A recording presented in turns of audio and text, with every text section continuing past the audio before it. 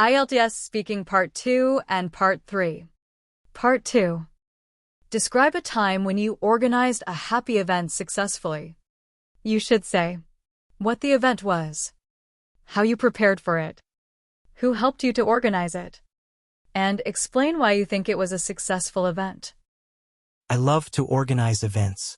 On July 16th last year, it was my mother's 50th birthday and I wanted to do something special for her. However, due to the pandemic, most celebrations were forbidden. We were all cooped up inside our houses.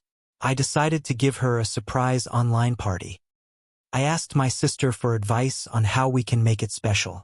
We have a large family and we asked everyone in the family, all our cousins, uncles, and aunt, to record something for my mother. It could be anything, there were no restrictions. One of my cousins recorded a dance performance, an uncle wrote a beautiful poem, my grandpa sang a beautiful song in English. After receiving all the videos, we combined them into one big video. It was not easy though, we had to send reminders and message some of my aunts and uncles. Again and again. Some even sent it one day before the birthday, but they all finally did it. Moreover, it was all hard to remind them to keep it a secret. We were sure one of our aunts or uncles would spill the beans. Thankfully, no one did.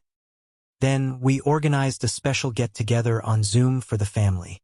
This was also hard because some of our relatives live in a different time zone. We wanted to choose a time everyone could be available.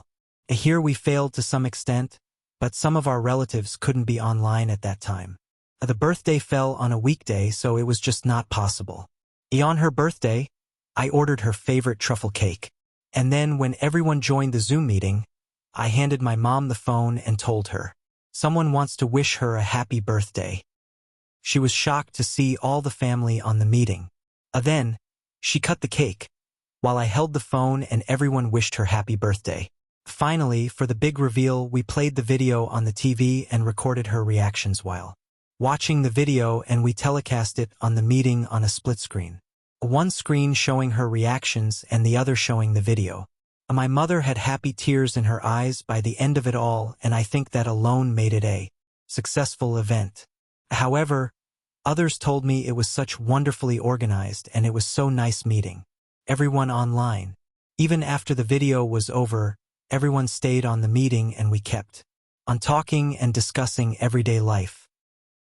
Part 3. Follow-up questions. How can parents help children to be organized? I think parents should have a daily schedule for their children. They should also allot every task a fixed amount of time. For example, they can ask them to write each task on the calendar and write how much time they expect to give to it alongside it. Then, there should be rewards and punishments for finishing or not finishing the tasks. On what occasions do people need to be organized? I don't think people need an occasion to be organized. We should try to be organized all the time. When we are organized, we tend to save time and do things faster. Also, being organized creates a good impression on others. Does everything need to be well prepared? I think all the important things should be well prepared, but the minor details can be left out. It's like a speech, we prepare the main ideas, but we leave some liberty to make some changes with the minor details. Preparing everything in advance would be very exhausting if not impossible. Do people need others' help when organizing things? Well, it depends upon the task. If we are organizing a big event, we definitely need help. For example, wedding planners have a whole team of 10 to 15 members because a single person cannot manage everything.